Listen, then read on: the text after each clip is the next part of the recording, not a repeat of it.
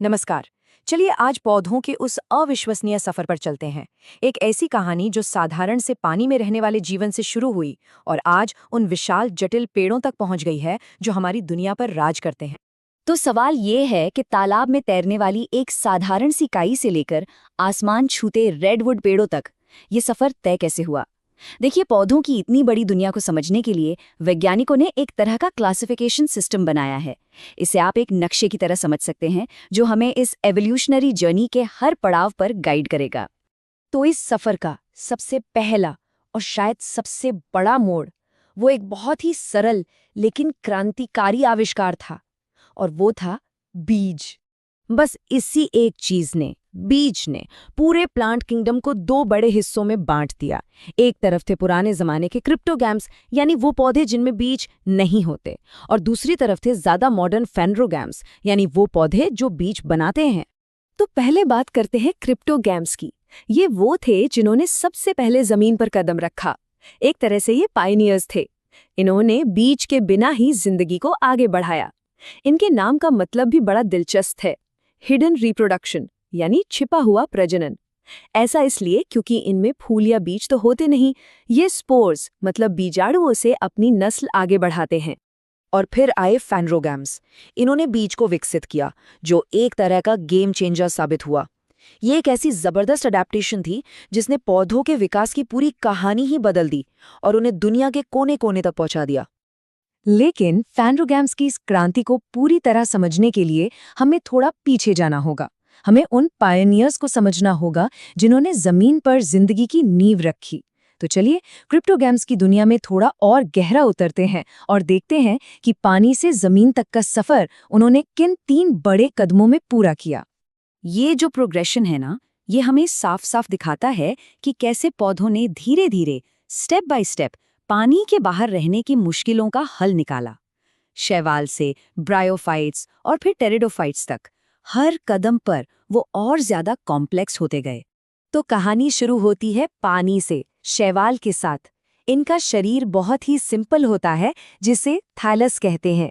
इसमें न कोई असली जड़ होती है, न तना और न ही पत्तियां। पानी में रहने के लिए तो ये बनावट एकदम परफेक्ट थी, लेकिन यही सादगी जमीन पर आने के रास्ते में सबसे बड़ी रुकावट भी थी। इसके बाद आते हैं ब्रायोफाइट्स, जैसे कि मॉस। वैज्ञानिक इन्हें एक बहुत ही सही नाम से बुलाते हैं, पादप जगत के उभयचर या the amphibians of the plant kingdom. ऐसा क्यों? क्योंकि ये वो पहले पौधे थे जो जमीन पर तो आ गए, लेकिन अपनी जिंदगी पूरी करने के लिए, खासकर रिप्रोडक्शन के लिए, इन्हें अभी पानी की जरूरत थी।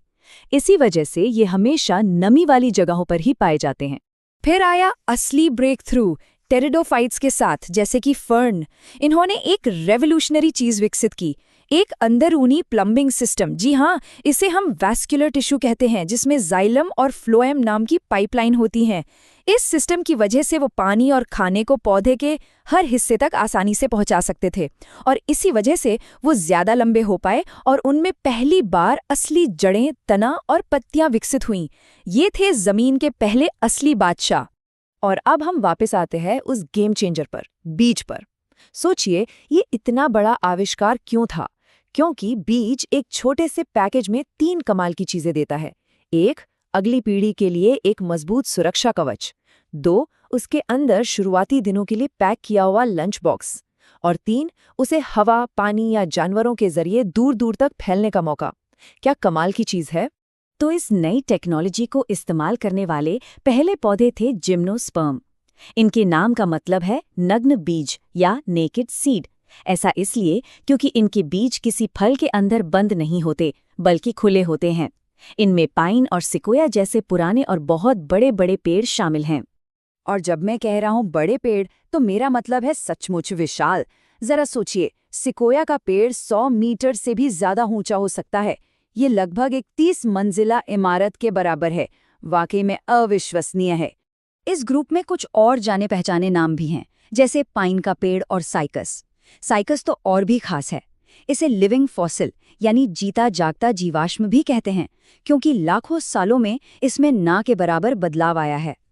और अब कहानी के आखिर में हम आते हैं इस धरती पर पौधों के सबसे कामयाब, सबसे रंगीन और सबसे ज्यादा फैले हुए ग्रुप पर, और वो है एंजियोस्पर्म, यानी फूल वाले पौधे। तो इनकी जबरदस्त कामयाबी के पीछे का राज क्या है? इनके पास 2 सीक्रेट वेपन्स थे। पहला, फूल। फूल अपनी खूबसूरती और खुशबू से कीड़ों और पक्षियों को खींचता है, जो रिप्रोडक्शन को बहुत एफिशिएंट बना देता है। और दूसरा सीक्रेट वेपन, फल।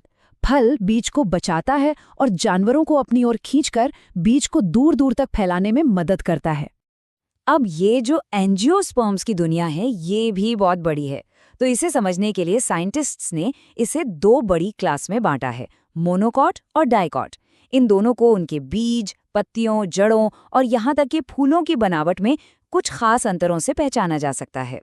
और ये अंतर हम अपनी रोज की जिंदगी में भी देख सकते हैं। कभी घास की पत्ती को ध्यान से देखिए, उसमें नसें एक दूसरे के पैरेलल चलती हैं, ये मोनोकॉट है। या फिर मटर को देखिए, जो आसानी से 2 बराबर हिस्सों में बंट जाता है, वो डाइकॉट है। कितना आसान है। तो चलिए एक बार फटाफट से इस पूरे सफर पर नजर डालते हैं जो हमने अभी तय किया है। हमने देखा कि कैसे सबसे सिंपल शैवाल से शुरू होकर ये कहानी आगे बढ़ी। ब्रायोफाइट्स जमीन पर आए, फिर टेरिडोफाइट्स ने वैस्कुलर सिस्टम बनाया, जिम्नोस्पर्म्स ने बीज का आविष्कार किया और आखिर में एंजियोस्पर्म्स ने फूलों और फलों से दुनिया पर राज कर लिया। हर ग्रुप ने पिछले वाले की कामयाबी पर अपनी कहानी लिखी। लेकिन ये कहानी यहीं खत्म नहीं होती। ये एवोल्यूशन का सफर आज भी जारी है। जैसे जैसे हमारा प्लैनेट बदल रहा है, पौधे भी खुद को बदल रहे हैं, ढाल रहे हैं। तो सोचने वाली बात यह है कि पौधों की इस कहानी में अगला बड़ा इनोवेशन, अगला बड़ा मोड़ क्या होगा, और वो बदलाव हमारे इस ग्रह के भविष्य को कैसे बदलेगा।